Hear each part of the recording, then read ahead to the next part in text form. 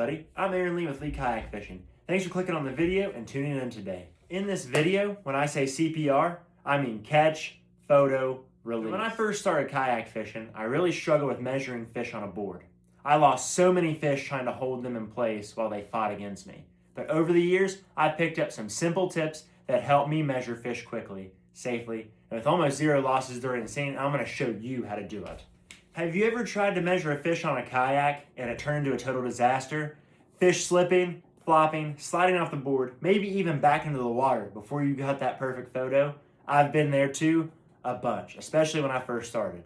So today I'm going to show you how to effectively and safely measure a fish on a kayak so you get that perfect photo every time without losing fish in the process. The first tip is to buy a quality measuring board like this one. Most kayak fishing tournament trails I know of accept catch measuring boards, and they've been my go-to for years because they're durable, accurate, and tournament approved. I'll leave a link in the description below if you're looking for one, but here's a close-up of it.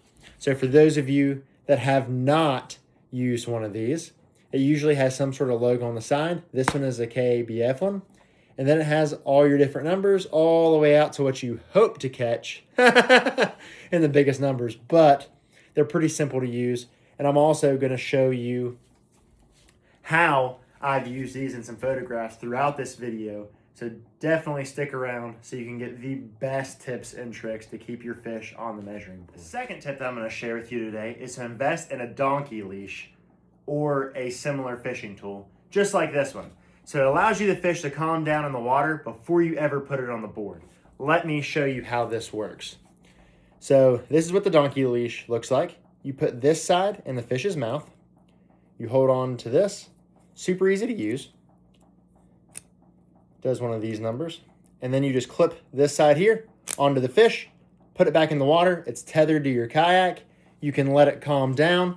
This has honestly dramatically increased my chances of getting a good measurement photo, and it's going to definitely help you. So definitely invest in one of these bad boys, and if you don't know where to find one, there'll be a link in the description below. So, tip number 3. Once your fish is calm, wet your measuring board, especially if it's been sitting in the sun. This cools the surface and helps the fish slide smoothly into position.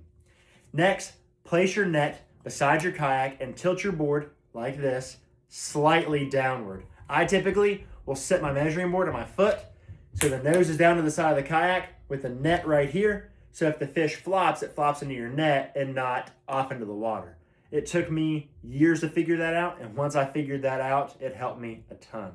This setup will allow the fish's nose to naturally slide into the bump, make it easier to keep its mouth closed for the measurement photo, which is very important because you definitely do not want to get that 1/4 inch deduction or 1/2 inch deduction, whatever it is in your tournament series. You definitely don't want to get those deductions. I've gotten those deductions. It's silly. Unless the fish has some sort of weird deformity, it's best just to make sure that their mouth is closed each time. And if the fish jumps, chances are it's going to fall straight into the net and instead of back into the lake. Like I said before, I've had that happen to me a ton.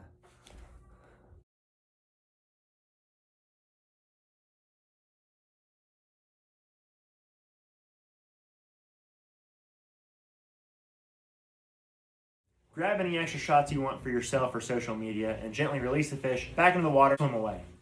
So, I will tell you that a lot of places now, or at least kayak bass fishing, the series, has now started to where people need to do video releases.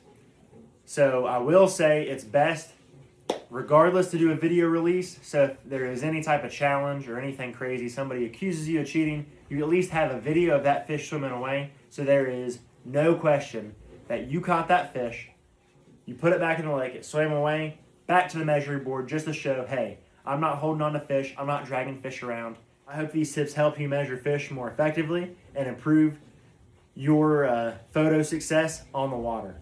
I'll see you next time.